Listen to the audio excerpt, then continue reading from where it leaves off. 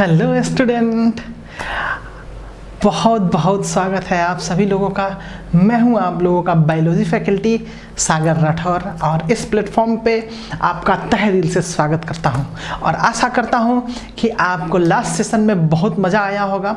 जैसा कि बहुत सारे लोगों का फीडबैक्स था कि सर जल्दी से लेक्चर 1 को भेजा जाए। सो इस तरह से हम लोग लेक्चर 1 को लेके आ रहे हैं और आज हम डिस्कस करेंगे लेक्चर 1 को। सो इसके अंदर हम लोग आज पढ़ेंगे जो चैप्टर 1 है हमारा रिप्रोडक्शन इन ऑर्गेनिज्म, इसका जो पहला टॉपिक है और साथ ही साथ जितना पॉसिबल है उसको हम लोग ख़त्म करेंगे और ट्राई करेंगे कि हर एक लेक्चर को हम लोग 30-35 मिनट से ज़्यादा नहीं लेके जाए, क्योंकि बहुत सारे लोगों का रिक्वेस्ट था सर कि चूँकि हमें फिजिक्स केमिस्ट्री बायोलॉजी सभी सारे सब्जेक्ट पढ़ने पड़ते हैं।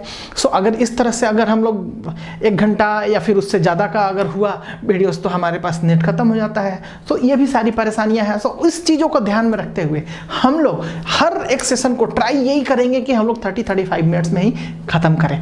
सो आप सभी का बहुत बहुत स्वागत है और जो लोग आए हैं, जो लोग आ रहे हैं, उन सभी का भी स्वागत है। ओके, हर एक लोगों का बहुत बहुत स्वागत है। Good morning to all. Okay, so guys, so अभी हम बात करेंगे आज के हमारे जो चैप्टर हैं, जो रिप्रोडक्शन इन ऑर्गेनिज्म है उसके बारे में, और उससे रिलेटेड एक चीज़ों को, बहुत सारी चीज़ों को हम देख रहे होंगे और समझ भी रहे होंगे कि क्या होती है। सो इन सारी चीज़ों को देख रहे होंगे और हम लोग जैसा कि बता चुके हैं कि ये हमारा ऑनलाइन प्लेटफॉर्म है। हमारे पास बहुत ही अच्छा डिजिटली इक्विप्ड हमारा स्क्रीन्स है, जिसके थ्रू हमारा बोर्ड्स है, इलेक्ट्रॉनिक्स बोर्ड है, जिसके थ्रू हम बहुत एक चीज़ों को विजुअलाइज करा पाएंगे, 3D में विजुअलाइजेशन करा पाएंगे, जिससे हर एक चीज़ों को आप प्रैक्टिकली समझ पाओगे।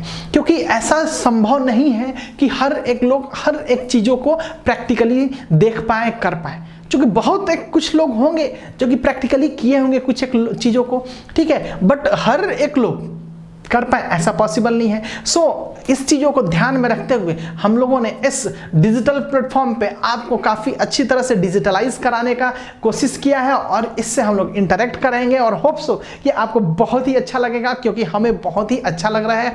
अभी लास्ट के कुछ क्लासेस में हमें थोड़ा हल्की फुल्की टेक्निकल इश्यूज हुई थी, लेकिन अब बहुत ही अच्छा है, बहुत ही स्मूथली हम लोग मूव कर रहे हैं। सो इस तरह से हम इस जो पहला जो हमारा लेक्चर 1 है, इसके अंदर हम लोग बेसिकली सीखेंगे कि लाइफ स्पेन क्या होता है, और साथ ही साथ हम सीखेंगे कि लाइफ स्पेन बोलते किसे हैं और लाइफ स्पेन का जो फैक्टर्स है डिटरमाइनिंग वो क्या होता है, और क्या एक फैक्टर्स है जो कि लाइफ स्पेन को या तो घटा रहा है या तो बढ़ा रहा है। सो इन सभी चीज़ों को हम लोग आज सीखेंगे। सो इस तरह से हम देख सकते हैं हमारे बैकग्राउंड में जो एक ग्राफिक्स वगैरह चल रहा है उसको काफ़ी अच्छे तरह से आप लोग एक्सपीरियंस कीजिए और हर एक चीज़ों को आपसे हम इंटरेक्ट कराएंगे। क्योंकि अगर हम बात करें, अगर स्पोरुलेशन की बात करें, ठीक है, तो स्पोरुलेशन बहुत एक लोगों के बारे में सिर्फ और सिर्फ समझ सकते हैं, हम जितना बताए हैं उतना सोच सकते हैं, लेकिन उस चीज़ों को प्रैक्टिकली अगर देख पाओगे, ठीक है, क्योंकि ये चीज़ होता है क्या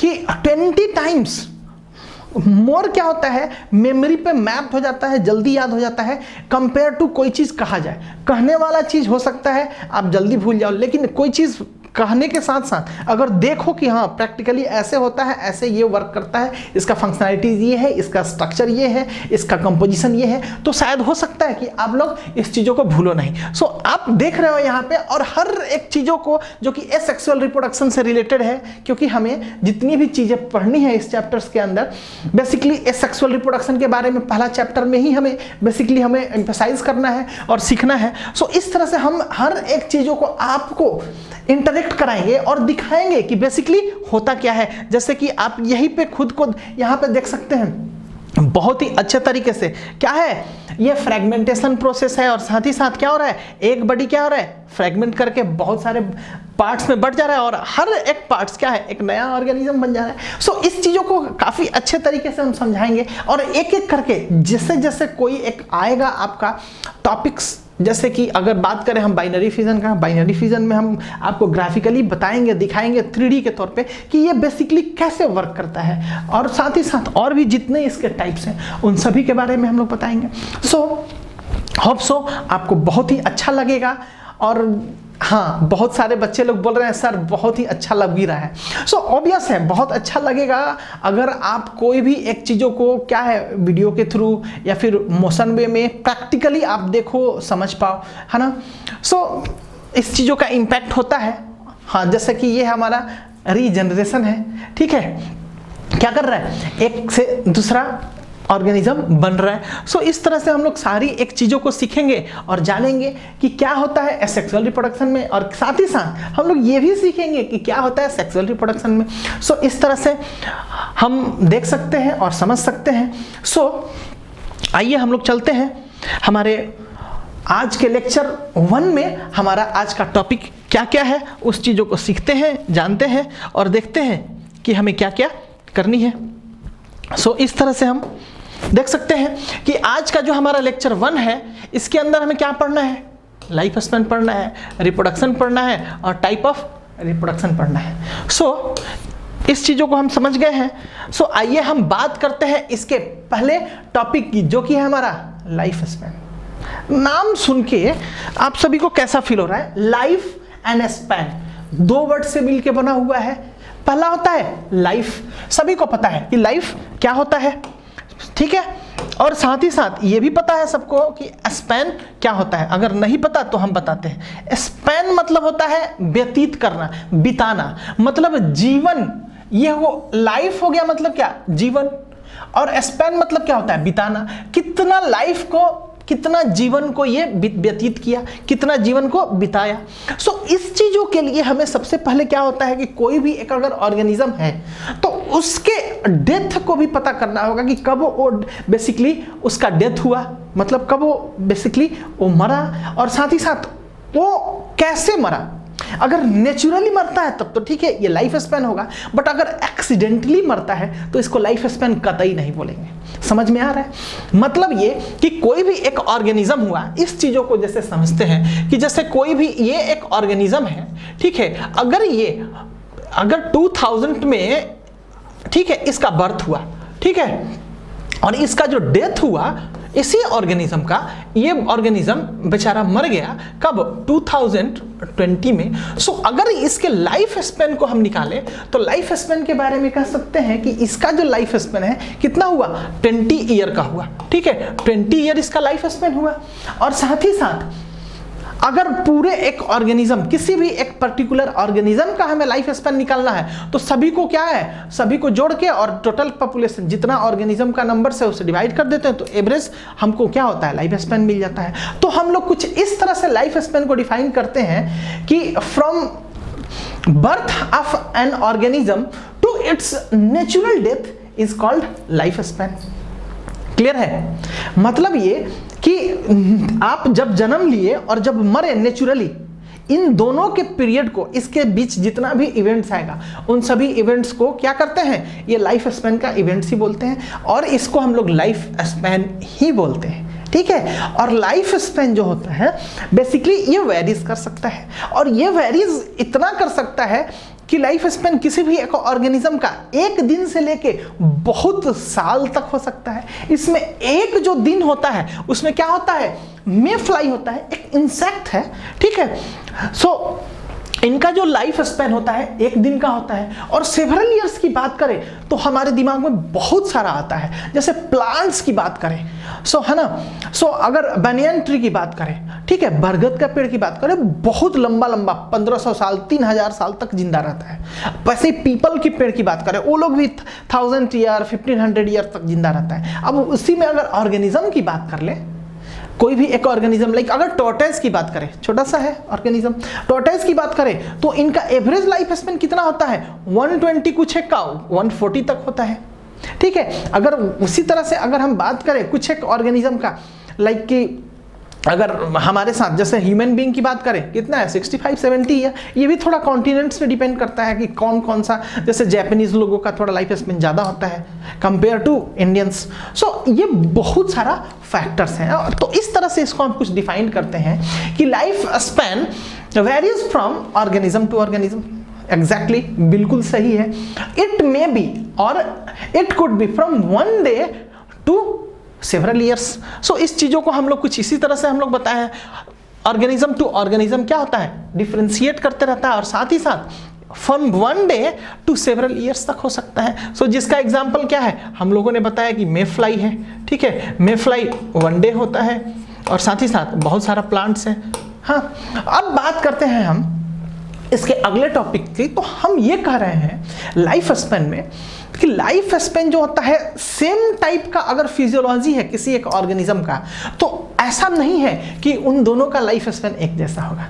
जैसे एग्जाम्पल के तौर पे अगर बात करें तो हम जैसे बहुत ही अच्छा एग्जाम्पल ले तो जैसे कौवा है क्रो और तोता है पैरोट की बात करें, दोनों का ऑलमोस्ट जो फिजियोलॉजी है दोनों का ऑलमोस्ट सेम है, दोनों ही बर्ड्स हैं, दोनों ही उड़ते हैं, ठीक है, लेकिन इनके बीच वास्ट डिफरेंस है लाइफ स्पेन में। जैसे कि कौवा का अगर लाइफ स्पेन देखें, क्रो का देखें, वो मैक्सिमम 14-15 ईयर होता है, बट वही अगर बात करें हम पैरोट की तो 120 ईयर तक होता है, किसी किसी का 140 ईयर तक भी होता है। सो हमारे एनसीईआरटी बुक्स में बहुत एक सारे एलिफेंट्स को, क्रोकोडाइल्स वगैरह का, बनियान ट्री, बनाना वगैरह बहुत सारे लोगों का दिया हुआ है और ये जो लाइफ स्पैन है बहुत सारे बुक्स में अलग अलग दिया हुआ है। सो इसमें 2-4 एक चीज़ों को याद रखना है, ठीक है, जिसको इंपॉर्टेंट होगा हम लोग बता भी देंगे, आप लोग देखिएगा एनसीईआरटी बुक्स से, ठीक है, और समझिएगा। अगर कोई एक तरह का कंफ्यूजन हो तो फिर हम यहाँ पे आप लोगों के लिए है ही, है ना।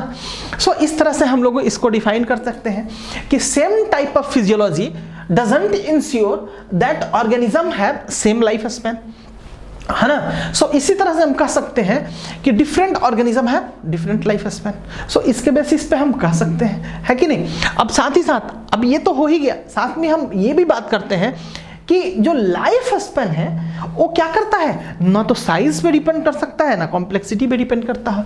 अब कहोगे सर साइज पे डिपेंड नहीं करता है, कुछ सोचोगे कि साइज कंसर्न टू क्या, कॉम्प्लेक्सिटी कंसर्न टू क्या, मतलब साइज क्या चीज से रिलेटेड। सो ऑर्गेनिज्म का साइज अगर बात करें, ह्यूमन बीइंग की साइज की बात करें अलग है, टोटोइज की बात करें तो अलग है, एलिफेंट की बात करें तो अलग है, वेल की बात करें तो अलग है। सो ये देखो साइज काफी बढ़ रहा है हमारा। अगर टोटोइज की बात करें 140 बता चुके हैं अभी आपको, 140-150 ईयर लाइफ स्पैन होता है। वही हम टोटोइज से साइज में बड़े हैं, लेकिन हमारा लाइफ स्पैन क्या है, टोटोइज से क्या है, ज्यादा नहीं है, बहुत कम है, ठीक। बेसिकली जमीन के ऊपर जो एलिफेंट है सबसे बिगेस्ट एनिमल है, मैमेलियंस। सो बिगेस्ट है, लेकिन इनका लाइफ स्पैन कितना है, बहुत ज़्यादा ये भी नहीं है, 60-70 ईयर्स के आसपास है, डिपेंड करता है थोड़ा थोड़ा। सो इस तरह से हम देख रहे हैं कि ये जो है ना तो साइज पे डिपेंड करता है ना कॉम्प्लेक्सिटी पे डिपेंड कर सकता है। कॉम्प्लेक्सिटी इन सेंस कि ऑर्गेनिज्म का कॉम्प्लेक्सिटी का मतलब कि अगर लेवल ऑफ ऑर्गेनिजम्स बढ़ रहा है, मतलब कि अगर एनिमल में ही बात करें तो लोअर लेवल ऑर्गेनिज्म होता है, हायर लेवल ऑर्गेनिज्म होता है। तो अगर हम लोग मूव करते हैं, अगर कोई भी एक तरह का ले लें, अगर बात करें हम लोग एक्वेटिक एनिमल्स की भी, तो एक्वेटिक एनिमल्स से भी कंपैरिजन करें और इसके सबसे हायरार्की पे जो भी टॉप एनिमल्स हैं जो कि कॉम्प्लेक्स है उनका फंक्शनैलिटी, फिजियोलॉजीज, सो ये भी सारे चीज डिपेंड नहीं करते हैं, ठीक है। अब देखो हमारे से कॉम्प्लेक्सिटी टॉर्टोइस का कितना ज्यादा है, उनका बड़ी अजीब टाइप से है, हमारा बड़ी, तो ये कॉम्प्लेक्सिटी है, लेकिन ये क्या है, दोनों के बीच क्या है, डिटरमाइनिंग फैक्टर नहीं है। सो इस तरह से हम समझें इस लाइफ स्पैन के बारे में कि लाइफ स्पैन क्या होता है। लाइफ स्पैन एक ऑर्गेनिज्म का क्या होता है, सेम नहीं होता है, और साथ ही साथ साइज और कॉम्प्लेक्सिटी पर लाइफ स्पैन डिपेंड नहीं करता है। और एक चीज बात करते हैं कि जो लाइफ स्पैन है बेसिकली, अगर हम यूजुअली देखें, आप देखे होंगे अपने गांव वगैरह में कि कोई सा भी एक पेड़, बरगद का पेड़, पीपल का पेड़, सुने होंगे कि आपके पापा लोग भी थे तो ये पेड़ था, आपके दादा थे तो ये पेड़ था, उनके दादा थे तो ये पेड़ था, लेकिन आज भी हम भी हैं तो पेड़ है। मतलब कितना जनरेशन देख लो, 3-4 जनरेशन से चला हुआ आ रहा है। सो ये चीज क्या होता है, प्लांट के साथ होता है, और ये चीज यूजुअली हम लोग देखते हैं कि जो प्लांट का लाइफ स्पैन होता है वो कंपेयर टू एनिमल्स क्या होता है, ज्यादा होता है, ठीक है। प्लांट का हमेशा ही लाइफ स्पैन क्या होता है, ज्यादा होता है, ठीक है। सो कुछ इस तरह से हम लोग समझे इन चीजों के बारे में। अब हम लोग बात करेंगे कि भाई अगर ये चीज है, चलो ठीक है मान लेते हैं, तो लाइफ स्पैन जो है क्या चीजों पे डिपेंड करता है, ठीक है। सो अगर हम बात करें, बड़ा ही इंटरेस्टिंग चीज है, इसको समझने की जरूरत है। जो लाइफ स्पैन है क्या चीजों पे डिपेंड करता है, तो हमारे जो बायोलॉजिस्ट थे उन्होंने जो कंक्लूजन दिया और बताया कि जो लाइफ स्पैन होता है बेसिकली कुछ एक 5 फैक्टर्स पे ये डिपेंड करता है, जिसमें क्या होता है, पहला हमारा क्या होता है, जीन होता है। ये नंबरिंग्स वगैरह क्या है, ये क्या है, टाइपो एरर है, ठीक है, ये टाइपो एरर है। सो परेशान आप सभी को नहीं होना है, ठीक है, टाइपो एरर को लेके, ठीक है। इसमें जो ये नंबर होगा हमारा, फर्स्ट होगा, ये सेकंड होगा, ये थर्ड, ये फोर्थ, ये फिफ्थ होगा। सो हम कुछ इस तरह से समझते हैं कि जो पहला हमारा डिटरमाइनिंग फैक्टर होगा जो लाइफ स्पेन के लिए होता है हमारा जीन, दूसरा जो होता है हमारा रिप्रोडक्शन, तीसरा जो होता है हमारा हैबिटेट होता है, चौथा सेल डैमेज एक्यूमुलेशन, और जो हमारा पांचवा और लास्ट वाला होता है और रिपेयर ऑफ बॉडी डैमेज होता है। सो इस तरह से हम लोग देख सकते हैं कि लाइफ स्पेन को डिटरमाइन कौन सा करता है। तो कहोगे सर जीन कैसे होता है, तो सबसे पहले चीज क्या है, बहुत सारे लोग जो हैं इससे रिलेटेड हमारे पास, जो हालांकि आपके पिछले क्लासेस में आप जानते होंगे लेकिन इतना भी नहीं जानते होंगे। सो इस चीज़ों को हम एक्सप्लेन कुछ इस तरह से कहेंगे, जीन के बारे में जान लो, क्योंकि जीन को पढ़ने के लिए हमारे पास एक पूरा एक यूनिट है जिसको जीनेटिक्स एंड एवोल्यूशन बोलते हैं, जिसको हम लोग ऑलरेडी इंट्रोडक्शन में बता चुके हैं। और इसमें जो है हम काफ़ी अच्छे तरीके से जीन को सीखेंगे जीनेटिक्स के अंदर, और काफ़ी ही अच्छे तरीके से हमें विश्वास भी है कि आपको भी मजा आएगा इसमें। सो ये जो जीन है बेसिकली ये बेसिक कहो तो बायोलॉजिकल इंफॉर्मेशन है। क्या है, बायोलॉजिकल इंफॉर्मेशन है। इसके अंतर क्या होता है, ये एक जनरेशन से ये जो क्या होता है हर एक दूसरे जनरेशन में जाता है, फिर एक जनरेशन से दूसरे जनरेशन, ऐसे कंटिन्यू ये जाते रहता है। और यही एक चीज है जो कि बताता है कि आपका पेरेंट्स कैसा था। सो पेरेंट्स कैसा है उसके बेसिस पे क्या होगा कि जो चाइल्ड होंगे समहाउ उसके जैसा होंगे या फिर नहीं भी होंगे, ये चीज़ डिटरमाइन करता है, ठीक है, कि भाई कितना ज़्यादा क्या हुआ, हाइब्रिडाइजेशन हुआ, कितना ज़्यादा म्यूटेशन हुआ, कितना ज़्यादा वेरिएशंस हो रहा है। सो ये चीज़ बात का चीज़ है, हम लोग सीखेंगे इस चीज़ों को हम जेनेटिक्स में। लेकिन यहाँ पे बात करते हैं जीन। हाँ, ये जो स्मॉल इंफॉर्मेशन होता है यही क्या होता है, एक जनरेशन से दूसरे जनरेशन में जाता है, और क्या होता है अपने पेरेंट्स इंफॉर्मेशन को वो चाइल्ड इंफॉर्मेशन में क्या करता है, ट्रांसफर करता है। उसी के बेसिस पे बताता है कि कितना कौन जिंदा रहेगा। जैसे कि अब टॉर्टोइज का अगर बच्चा हुआ, ठीक है, तो टॉर्टोइज का बच्चा फिर से वो भी क्या है, उसका भी एवरेज लाइफ स्पेन 140 बरस हो जाता है। कैसे, क्योंकि वो क्या करता है अपने पेरेंट्स के ही कैरेक्टर को क्या करता है, कॉपी करता है। कुछ इसी तरह से आप देखे होंगे बहुत सारे जगह पे, या फिर बहुत सारा प्लांट्स वगैरह के बारे में देखे होंगे कि जैसा प्लांट था वैसा ही फिर से चाइल्ड प्लांट्स भी हुआ, पेरेंट्स प्लांट की तरह ही हुआ। वैसे ही अगर ह्यूमन बीइंग की बात करें तो देखे होंगे कि जो ह्यूमन बीइंग के जो पेरेंट्स होते हैं, जो उनका चाइल्ड होता है, समहाउ जो होता है पेरेंट्स से क्या होता है, मिलता जुलता होता है। तो ये इंफॉर्मेशन कौन देता है, जीन। इसी जीन के थ्रू क्या होता है, डिटरमाइंड होता है कि आपका लाइफ स्पेन क्या होगा, आपका लाइफ स्पेन कैसे होगा, ठीक है। सो इस तरह से हम समझे जीन के बारे में। अब हम बात करते हैं रिप्रोडक्शन के बारे में। यस, रिप्रोडक्शन लाइफ प्रोसेस है, क्या होता है, और देखो समझा देते हैं यहाँ पे ब्रीफली कि जो रिप्रोडक्शन होता है दो टाइप का होता है। पहला होता है एसेक्सुअल रिप्रोडक्शन और दूसरा होता है सेक्सुअल रिप्रोडक्शन। सो अगर सेक्सुअल रिप्रोडक्शन होगा तो लाइफ स्पेन कुछ और होगा, अगर एसेक्सुअल रिप्रोडक्शन होगा तो उनका लाइफ स्पेन कुछ और होगा। सो इस तरह से हम देख सकते हैं कि ये दोनों कितना बड़ा डिटरमाइनिंग फैक्टर है, ये जीन और रिप्रोडक्शन। सो अब हम बात करेंगे इसके हैबिटेट की। सो हैबिटेट भी बहुत ही बड़ा डिटरमाइनिंग फैक्टर है लाइफ स्पेन के लिए, और इसमें ऑर्गेनिज्म बेसिकली ये समझता है, या फिर जहां एक इन्वायरमेंट में रहता है उस इन्वायरमेंट का, उस एरिया का, उस ऑर्गेनिज्म के ऊपर इफेक्ट होता है। क्योंकि हर एक पर्टिकुलर एरिया का टेम्परेचर अलग होता है, वहाँ का वाटर का जो नेचर होता है अलग होता है, वहाँ का सैलिनिटी अलग होता है। सो ये भी जो सारा फैक्टर्स है ये क्या करता है, ऑर्गेनिज्म के लाइफ स्पेन को डिटरमाइन करता है। सो इस तरह से हम लोग समझे कि हैबिटेट कैसे डिटरमाइन करता है, साथ ही साथ रिप्रोडक्शन और हमारा जीन कैसे करता है। अब बात करते हैं सेल डैमेज एक्यूमुलेशन की। सेल डैमेज एक्यूमुलेशन, इसको आपको हिंदी में समझाते हैं। डैमेज एक्यूमुलेशन, डैमेज का मतलब होता है कि आपको कितना ज़्यादा नुकसान हुआ, नुकसान का कितना ज़्यादा आप इकट्ठा करते हैं। और कहाँ पे? सेल के अंदर। जैसे अब एग्जाम्पल के तौर पे हम यहाँ पे बात करते हैं, हम ऑर्गेनिज्म हैं, हम ह्यूमन बीइंग हैं, हम एक घर में रहते हैं, तो अपने घर को कोई भी एक लोग गंदा करना चाहता है क्या?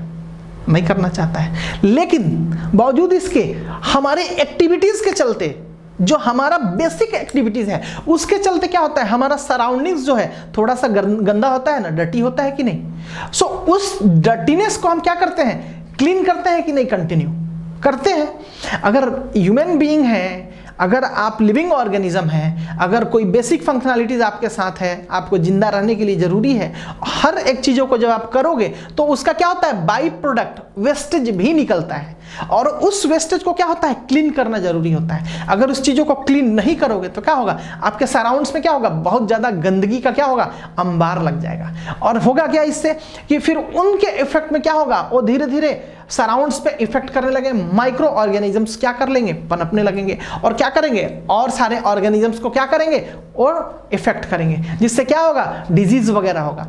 सो देखो, आप अपने सराउंड्स में रह रहे हो, उसके बेसिक फंक्शनैलिटीज को कर रहे हो, उसके थ्रू क्या हो रहा है, गंदगी हो रहा है ना। बहुत एक एबायोटिक फैक्टर्स भी है जो कि करता है, जैसे हवा आता है तो धूल कण भी आता है, सनलाइट आता है उसके थ्रू भी। सो बहुत एक सारा चीज है, ठीक है। सो इसी तरह से अगर हम बात करें सेल की, कि सेल भी क्या है, एक लिविंग मटेरियल है ना। अब ये लिविंग मटेरियल है तो बता चुके हैं कि structural and functional unit of life है सेल। तो सेल जो होता है बेसिकली, जब ये फंक्शंस करेगा, लाइक ह्यूमन बीइंग, हम लोग कुछ फंक्शनलिटी करते हैं, फंक्शन करते हैं, तो सेल भी क्या करेगा, फंक्शंस करेगा, तो क्या होगा, वेस्टेज निकलेगा कुछ एक चीज, या फिर बाई प्रोडक्ट्स भी उसका निकलता है। सो अगर ये बाई प्रोडक्ट वेस्टेज जो है, इन चीजों को सेल से बाहर नहीं निकाला गया तो क्या करेंगे, वो इफेक्ट करेंगे कि नहीं सेल को, वो सेल को क्या करेंगे, जल्दी डैमेज करेंगे, है कि नहीं। और एक सेल डैमेज हुआ तो एक सेल से क्या होगा, दूसरा डैमेज होगा। सो इस तरह से क्या होगा, होल एक क्या होगा, टिश्यूज डैमेज होगा, टिश्यूज डैमेज होने से क्या होगा, ऑर्गन टोटल डैमेज होगा, ऑर्गन से क्या होगा, ऑर्गन सिस्टम होगा, और ऑर्गन सिस्टम अगर हुआ डैमेज तो कौन डिफेक्टेड होगा, ऑर्गेनिज्म होगा। उसका क्या होगा, लाइफ स्पैन या तो घटेगा या तो बढ़ेगा। क्या होगा, बेसिकली अगर डैमेज हो रहा है तो क्या हो रहा है, लाइफ स्पैन घटेगा। सो देख लो कितना बड़ा डिटरमाइनिंग फैक्टर है हमारा सेल डैमेज एक्यूमुलेशन। जरूरी क्या है, सेल जो फंक्शनैलिटीज करता है उसके थ्रू जो एक्यूमुलेशन होता है वेस्टेज प्रोडक्ट्स, है ना, बाई प्रोडक्ट्स, उनको बाहर निकालना जरूरी होता है। सो इस तरह से हम इस चीजों को भी सीखे। और साथ ही साथ रिपेयर ऑफ बॉडी डैमेज, ये बहुत बड़ा इंपॉर्टेंट फैक्टर है। ये बेसिकली हम ये चीज कह रहे हैं कि किसी एक ऑर्गेनिज्म का मेटाबॉलिज्म कैसा है। समहाउ हम बात अगर कर रहे हैं तो हम बात कर रहे हैं उसके मेटाबॉलिज्म की ही। सो उसका मेटाबॉलिज्म कैसा है कि अगर कोई भी एक ऑर्गेनिज्म अगर इंजर्ड हो जाता है किसी भी एक रीजन से, तो कितना जल्दी उस ऑर्गेनिज्म का वो जो डैमेज पार्ट है, वो इंजरीज है, जल्दी से क्या हो जाता है, ठीक हो जाता है। सो आप देख सकते हो, अगर जल्दी ठीक हुआ तो लाइफ स्पैन क्या होगा, अच्छा होगा। अगर ज्यादा दिन तक रहा तो क्या होगा, वो सेल को डैमेज करेगा, सेल से धीरे धीरे वैसे ही साइकिल्स होते गया, ऑर्गेनिज्म तक पहुंचेगा, ऑर्गेनिज्म को क्या करेगा, उसका लाइफ स्पैन को घटाएगा। सो इस तरह से देख सकते हैं आप कि ये जो फैक्टर्स है पांचों, कितना इंपॉर्टेंट फैक्टर्स है। समझ में आया। सो इस तरह से हम सीखे कि लाइफ स्पैन को डिटरमाइन करने वाला कौन कौन सा फैक्टर होता है। अब बात करते हैं हम कि ये जो एवरेज लाइफ स्पैन है आज के डेट में, वो क्या हुआ है, इंक्रीज हुआ है। जो ही ये बात बोलेंगे, बहुत सारे लोग बोलेंगे, अरे सर क्या आप बोल रहे हो, आप ऐसा कैसे बोल रहे हो। हमने सुना था कि हमारे दादा जो थे, उनके जो दादा थे वो क्या थे, 200 साल, 120 साल, 110 साल जिंदा थे। बहुत सारे लोग बहुत सारी बातें सुनेंगे। तो मेरा सिर्फ एक ही जवाब है उन सभी को कि अगर आपके दादा के दादा अगर 110 साल, 120 साल या 130 साल जिंदा थे या 200 साल जिंदा थे, हर एक के दादा के साथ ऐसा हुआ था क्या? नहीं, ऐसा हर एक के साथ नहीं हुआ था। ये होता क्या था, ये जो रेशियो था 10 में से सिर्फ और सिर्फ कितना, 2 या 3 लोगों के साथ होता था, और रेस्ट ऑफ द क्या होता था, 7 to 8 लोग क्या होते थे, अपने लाइफ स्पैन को कंप्लीट ही नहीं कर पाते थे। वो लाइफ स्पैन अच्छे से जी ही नहीं पाते थे अपना। वो क्या होता है, एक्सीडेंटली डेथ कर जाते थे। जैसा कोई एक पेंडेमिक की सिचुएशन आएगा, उसमें डेथ हो जाता था। बात करेंगे हम अभी आगे। सो सो देख सकते हैं आप लोग कि ये कितना बड़ा डिटरमाइनिंग फैक्टर्स है हमारा ये चारों, जिसमें चारों में पहला जो हमारा क्या है, फूड है। दूसरा जो होता है जीन हाइब्रिडाइजेशन है। तीसरा जो होता है मेडिसिन, और क्या है, इम्यूनाइजेशन और वैक्सीनेशंस। और जो लास्ट वाला जो चौथा है वो बहुत ही इंपॉर्टेंट है, जो कि आज के हमारे इस सिचुएशन पे बहुत ही ज़्यादा डिपेंड करता है। और ये देख सकते हैं कि इसी के थ्रू आज हम लोग सेफ हैं। ठीक है, सो 1 बाय 1 हम लोग करके डिस्कस करेंगे। तो कहोगे कि सर हर एक लोगों के बात कर रहे थे कि हर एक लोग क्या जिंदा रहते थे? नहीं जिंदा रहते थे उतना लाइफ। 7-8 लोग क्या होते थे, अपने लाइफ स्पेन को कंप्लीट ही नहीं कर पाते थे। एक्सीडेंटली वो क्या हो जाता था, मर जाते थे सडन। ऐसा होता क्यों था? होता ये था कि कभी कभी क्या होता है, किसी एक गांव में क्या होता था, भूखमरी आता था। जब भूखमरी आता था तो क्या होता था, बाढ़ आ गया, सुखाड़ आ गया, कोई पैदावार ही नहीं हो रहा। अगर बारिश हो रहा है तो खूब बारिश हो रहा है। अब उसके लिए कोई बेसिक आपके पास एम्यूनिटीज नहीं था जिसके थ्रू क्या करे, उससे आप बच पाए, ओवरकम कर पाए। तो क्या होता था, लोग उसके अभाव में, खाना पीना के अभाव में क्या होता था, बहुत सारे लोग मर जाते थे। अब बताओ, सारे लोग संपन्न होते हैं क्या? कुछ एक लोग जो गांव में संपन्न होते थे, अपना खाने पीने का साल भर का 2-3 साल का रखते थे। लेकिन और सारे लोग का क्या, पैदा करते थे, खाते थे। पैदा करना था, खाना था, क्योंकि उस टाइम जो प्रोडक्शन भी था बहुत ज़्यादा नहीं था, है कि नहीं? सो अब अगर बात करें फूड की तो कहोगे सर फूड कैसे? आज देख लो, आज हम लोग क्या करते हैं, खाना खाते हैं। हर एक लोगों के बारे में, हर एक लोगों को ये चीज़ का इंफॉर्मेशन है कि हमें क्या खाना है, क्या नहीं खाना है। और साथ ही साथ अवेलेबिलिटी ऑफ फूड जो आज के डेट में है, हर एक लोगों के पास क्या है, फूड मटेरियल्स है, खाने के लिए उनका चीज़ है, उनके पास रखा हुआ है, वो खाते हैं। मतलब ये नहीं कि डिफिशियंसी ऑफ फूड के थ्रू कोई मर नहीं रहा है, मतलब ये कि खाना बगैर खाए आज के डेट में कोई नहीं मर रहा है। गवर्नमेंट भी बहुत सारे एड्स वगैरह दिए हुए हैं, बहुत सारे मतलब माध्यम है जिसके थ्रू क्या है, लोगों को खाना पीना पहुंचा रही है। ठीक है, तो इस तरह से देख सकते हैं फूड के बारे में कि अगर कोई एक चीज़, कोई एक पर्टिकुलर विटामिन मिनरल्स का कमी है तो आप उस चीज़ों को कंज्यूम कर सकते हो। साथ ही साथ आज का जो प्रोडक्शन है फूड का बहुत ज़्यादा है कंपेयर टू पुराने ज़माने में। पुराने ज़माने में क्या होता है, पर हेक्टेयर क्या होता था, जो फूड का प्रोडक्शन होता बहुत कम होता था। आज का क्या है, इनॉर्मसली बहुत हाई हो गया, बहुत ही ज़्यादा हो गया, पर हेक्टेयर हो गया कि नहीं? सो बहुत सारे लोग बोल रहे हैं हाँ सर समझ रहे हैं चीज़ों को। ये ऐसे ही होता है। ठीक है, कि फूड जो होता है कितना बड़ा इंपॉर्टेंट फैक्टर है life span, average life span को डिटरमाइन करने में, आज आप समझ सकते हैं। सो इस फूड के चलते क्या होता है, पहले भूखमरी आता था, महामारी आता था, लोग मर जाते थे, लेकिन आज कोई नहीं मरता है खाए बिना। ठीक है, सो सबके पास खाना है। सो ये आज समझ सकते हो कि कितना बड़ा डिटरमाइनिंग फैक्टर है फूड। ठीक है, अगर अब बात करते हैं हम कि जीन हाइब्रिडाइजेशन की, ये इसी से रिलेटेड है। जीन हाइब्रिडाइजेशन को या फिर बायोटेक्नोलॉजी, बेसिकली हम लोगों ने जो काम किया, हाइब्रिड प्रोडक्ट्स को जो बनाया है, उससे होता क्या है, बेसिकली दो अलग अलग, एक ही स्पीसीज का दो अलग अलग वेराइटीज को लेते हैं, जिसमें क्या होता है, एक ग्रो कर रहा है, एक काफी अच्छा पैदा कर रहा है। दोनों का अलग अलग रेसिस्टिविटी हो तो क्या करते हैं, दोनों को मिक्स कर देते हैं और उसके थ्रू क्या करते हैं, सारा एक कैरेक्टर, दोनों का अच्छा कैरेक्टर एक नया प्लांट के थ्रू बना लेते हैं, एक नया प्लांट में डाल के। सो इसमें बेनिफिट क्या होता है, हमें एक प्लांट बनता है जो कि हर एक तरह से रेसिस्टिव भी होता है हर डिजीज से, साथ ही साथ क्या होता है, प्रोडक्शन भी बहुत ज़्यादा होता है। सोचो एक पर्टिकुलर हेक्टेयर में, एक हेक्टेयर में ही, पर हेक्टेयर में ही हम लोग क्या होता है, पहले के कंपैरिजन में अब ज़्यादा हम लोग क्या होता है, अन्न को उगा लेते हैं, एग्रीकल्चर कर पाते हैं। सो इस तरह क्या होता है, फूड अवेलेबिलिटी जो है ज़्यादा हो पाता है। इससे क्या होता है, आज के डेट में हर एक लोगों को खाना पीना मिलता है।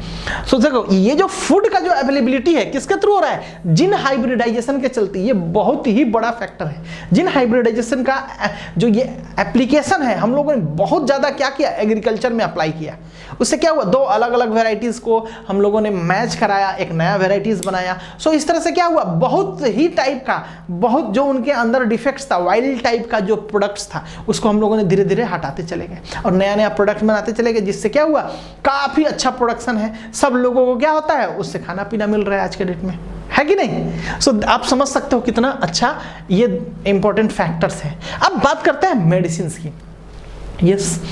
अब जब मेडिसिन की बात करें तो आप एक चीज बताओ कि हम लोग इस कोरोना के चलते हम लोग यहाँ पे हैं, इस प्लेटफॉर्म को हम लोग अडॉप्ट कर रहे हैं, आप सब लोग भी अडॉप्ट कर रहे हो, है ना, ऑनलाइन।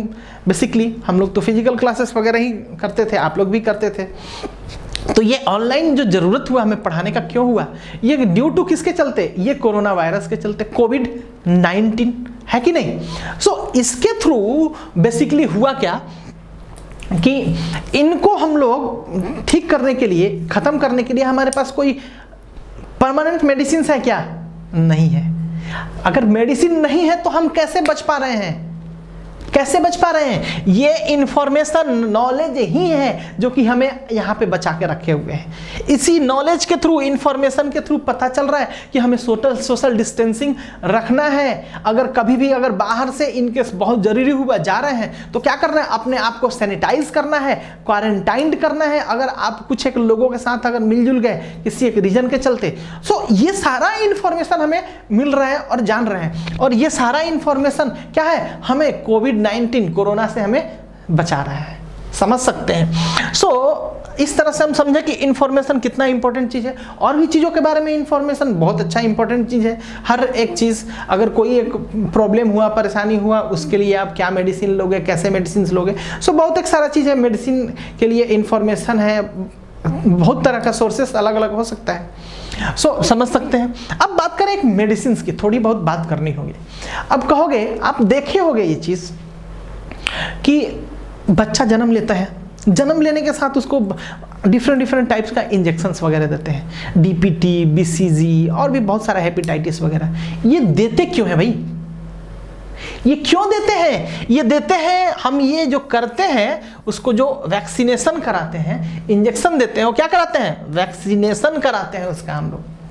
और इस वैक्सीनेशन के थ्रू होता क्या है, इस वैक्सीनेशन के थ्रू क्या होता है, इम्यूनाइजेशन कराते हैं हम लोग। इम्यून को क्या करते हैं, स्ट्रॉन्ग करते हैं। जो उसका बेसिक इम्यूनाइजेशन है उसके अंदर क्या करते हैं, शील्ड डालते हैं, एक कवर डालते हैं, उसके अंदर एक सुरक्षा कवच डालते हैं, जिससे क्या हो कि जो संभावित होने वाला रोग है, प्रोबेबल जो होने वाला रोग है, वो क्या करे, अगर अटैक भी करे, है ना, तो क्या हो, वो बच्चा क्या है, झेल जाए, उसके ऊपर उस पर्टिकुलर माइक्रो ऑर्गेनिजम्स का इफेक्ट नहीं हो, है ना, और बहुत ही एक तरह का जो रोग है उससे बच पाए, है ना। सो समझ सकते हो कि कितना मेडिसिन कितना इंपॉर्टेंट चीज़ है। और आज के डेट में हर एक चीज़ों के लिए क्या है, हम लोग आज कोविड के लिए भी, कोरोना-19 के लिए भी क्या कर रहे हैं, हम लोग मेडिसिन का वेट कर रहे हैं कि अगर मेडिसिन आ गया तो क्या होगा, फिर से हम लोग खुल के जी पाएंगे। हम लोग आज जैसे घर के अंदर बोल रहे हैं कि हम लोग ही बोल रहे हैं कि घर के अंदर आप लोग क्या करो, रहो, घर के अंदर पढ़ाई करो। लेकिन वही चीज़ कोरोना खत्म हो गया, कोविड-19 खत्म हो गया, तो फिर क्या कहेंगे कि क्लासेस रेगुलर करो, बोलते हैं। सो ये सारा चीज़ है, समझ गए। सो ये क्या परिस्थिति के हिसाब से हम लोग बताते हैं। तो इस तरह से हम लोग जाने, सीखे कि कैसे क्या होता है, एवरेज लाइफ स्पैन को डिटरमाइन करने वाला फैक्टर्स कौन कौन सा है। सो अब हम बात करेंगे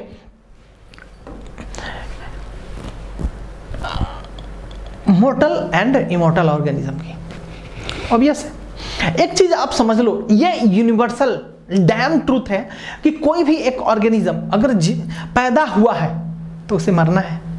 तो देखो, ये मोस्टली क्या होता है, हर एक ऑर्गेनिज्म हो, चाहे हम बात करें प्रोकैरियोट्स की बात करें, यूकैरियोट्स की बात करें, हर एक को मरना होता है। लेकिन इसमें कुछ एक ऑर्गेनिजम्स होते हैं जो कि क्या होता है, बायोलॉजिकली कहा जाता है नहीं मरते हैं। कुछ एक जो होता है ऑर्गेनिजम्स कहते हैं बायोलॉजिकली मर जाते हैं। सो अगर बात करें मोर्टल ऑर्गेनिज्म का, मतलब ये मोर्टल ऑर्गेनिज्म का एक्चुअली ये वर्ड हो गया, इसका मतलब हुआ मरने वाला जीव, ठीक है। सो मरने वाला जीव में क्या होता है, मोस्टली क्या होता है, मल्टी सेलुलर ऑर्गेनिजम्स होता है। सो इसमें क्या होता है कि कोई भी एक ऑर्गेनिज्म जन्म लिया और कुछ एक स्पेसिफिक लाइफ स्पैन स्पेंड करने के बाद क्या हो गया, डेथ कर गया, तो वही क्या हुआ, मोर्टल ऑर्गेनिज्म हो गया।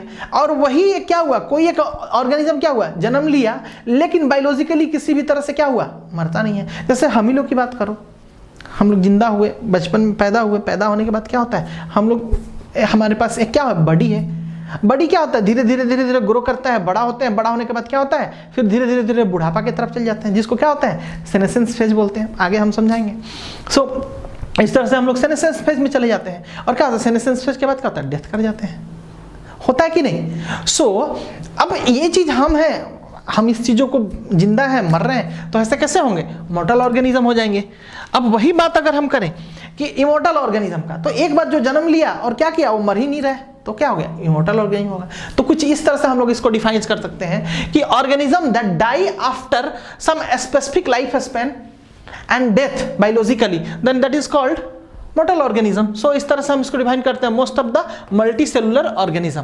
ठीक है, अगर हम बात करें इमॉर्टल ऑर्गेनिज्म की, तो इमॉर्टल ऑर्गेनिज्म के बारे में कह सकते हैं कि ऑर्गेनिज्म वंस ही will birth and never die biologically, then क्या होता है, उसको हम लोग इमॉर्टल ऑर्गेनिज्म बोलते हैं। तो organism that don't die biologically, और इसका बहुत अच्छा एग्जांपल क्या है, मोनेरा किंगडम्स का जो भी बैक्टीरियाज वगैरह है वो है, जो कि क्या होते हैं, मरते ही नहीं है। वो करते क्या है, अगर एक ये बैक्टीरिया अगर है सपोज, तो क्या करेंगे, ये डेथ नहीं करेंगे, ये क्या करेंगे, अपने बॉडी को क्या करेंगे, कुछ एक जो रिप्रोडक्टिव वे होता है उसके थ्रू क्या करेंगे, अपने बॉडी को ही क्या कर लेंगे, दो पार्ट में डिवाइड कर लेंगे। सो एक ऑर्गेनिज्म से क्या हुआ, दो ऑर्गेनिज्म बन गया। तो ये मर रहे हैं क्या, अपने ही बॉडी को क्या फ्रेगमेंट करके नया एक रूप बन जा रहे हैं। सो इस तरह से हम लोग मॉर्टल और इमॉर्टल को समझें। सो अब हम बात करेंगे इसी में रिप्रोडक्शन की। यस, रिप्रोडक्शन की बात करेंगे। सो रिप्रोडक्शन भी देखो दो वर्ड से मिलके बना हुआ है, री और प्रोडक्शन। देखो इधर री एक हुआ, दूसरा हुआ प्रोडक्शन। री का मतलब क्या होता है, अगेन, और प्रोडक्शन का मतलब होता है फिर से बनना, कोई भी चीज का प्रोडक्ट बनना। तो इसी को बोलते हैं क्या, रिप्रोडक्शन, मतलब फिर से बार बार बनना। सो ये क्या होता है, रिप्रोडक्शन जो होता है एक बायोलॉजिकल प्रोसेस होता है।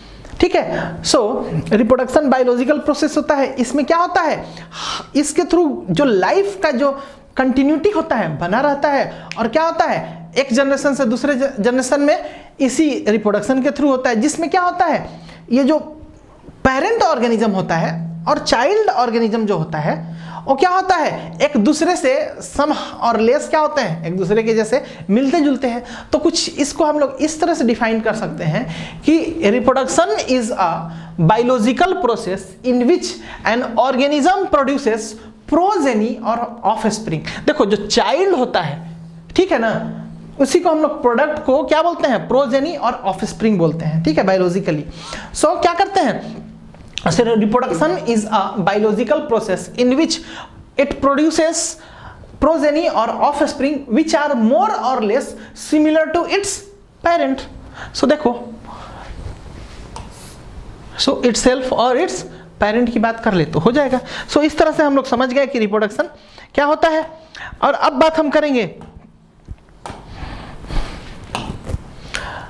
रिप्रोडक्शन जो होता है, यही एक फैक्टर है, यही एक मेन सोर्स है जिसके थ्रू क्या होता है, लाइफ का कंटिन्यूटी बना हुआ है, एक जनरेशन से दूसरे जनरेशन, दूसरे जनरेशन तीसरे जनरेशन। जैसे हम अगर अपनी बात करें तो हमारे पेरेंट्स हैं, उनके थ्रू हम हैं, हमारे जो पेरेंट्स हैं वो हमारे कितना ग्रैंड पेरेंट्स के थ्रू है। तो ये टाइप का जो साइकिल से बना हुआ है, ये चलते रहता है, और ये क्या है, ये रिप्रोडक्शन के थ्रू ही हो रहा है। सो इसी चीज़ों को हम समझें। अब अगर बात करें और कहें कि जो रिप्रोडक्शन है किन चीज़ों पर डिपेंड करता है, तो देखो रिप्रोडक्शन जो होता है डिपेंड्स ऑन क्या, साइज पे, फिजियोलॉजी पे, कॉम्प्लेक्सिटी एंड हैबिटेट पे। यस, अभी लाइफ स्पैन में थोड़ी देर तक हम बात किए थे हैबिटेट वगैरह की। देखो कितना बड़ा रिप्रोडक्शन को ये इन्फ्लुएंस कर रहा है। सो देखो अगर हम बात करते हैं साइज की, ऑब्वियस बड़ा ऑर्गेनिज्म छोटा ऑर्गेनिज्म का। सो देखो इसमें अगर छोटा ऑर्गेनिज्म है, लाइक अगर एंट वगैरह की बात करें, उनका लाइफ स्पैन बहुत कम होता है। वैसे अगर इंसेक्ट की बात करें तो उनका लाइफ स्पैन क्या होता है, बहुत कम होता है। सो जो ये साइज भी होता है बहुत हद तक क्या होता है, हर जगह नहीं हालांकि, तो हद तक क्या होता है, ये जो होता है रिप्रोडक्शन को डिटरमाइन करता है कि किस टाइप का रिप्रोडक्शन होना चाहिए। ठीक है, कैसा रिप्रोडक्शन होगा, है ना। सो साथ ही साथ ये फिजियोलॉजी की बात करें, सो फिजियोलॉजी अलग अलग टाइप का फिजियोलॉजी होता है। अगर दो अलग अलग टाइप का फिजियोलॉजी वाले अगर जीव को क्या करें, रिप्रोड्यूस कराएंगे, तो क्या होगा, उनके थ्रू प्रोडक्ट मिल ही नहीं पाएगा। अब जैसे अगर बात करें अगर रिप्रोडक्शन कराने की, तो अगर हम बात करें अगर एलिफेंट की बात कर लें और हम अगर एंट की बात कर लें, तो पॉसिबल है क्या रिप्रोडक्शन करना, पर है ही नहीं। सो इस तरह से हम देख सकते हैं कि जो फिजियोलॉजी है फिजियोलॉजी है ये बहुत डिटरमाइनिंग फैक्टर है कि किस टाइप का रिप्रोडक्शन होगा, कैसा रिप्रोडक्शन होगा। और साथ ही साथ अगर कॉम्प्लेक्सिटी की बात करें, कॉम्प्लेक्सिटी देख सकते हैं कि लोअर ऑर्गेनिज्म की बात करें या फिर हायर ऑर्गेनिज्म की बात करें, अगर लोअर से हायर की तरफ मूव करते हैं हम तो देखते हैं कि हर एक लोगों का जो टाइप ऑफ रिप्रोडक्शन है अलग अलग है, उनका रिप्रोडक्टिव ऑर्गन्स जो है अलग अलग है ना। एक ऑर्गेनिज्म का दूसरे ऑर्गेनिज्म के साथ कुछ एक को छोड़ के कि अगर कराएंगे तो क्या होगा, उसका प्रोडक्ट ही नहीं बनेगा, है ना। क्योंकि रिप्रोडक्शन अगर होगा तो किस टाइप का रिप्रोडक्शन होगा ये डिटरमाइन करना जरूरी है, ठीक है ना। और साथ ही साथ हैबिटेट।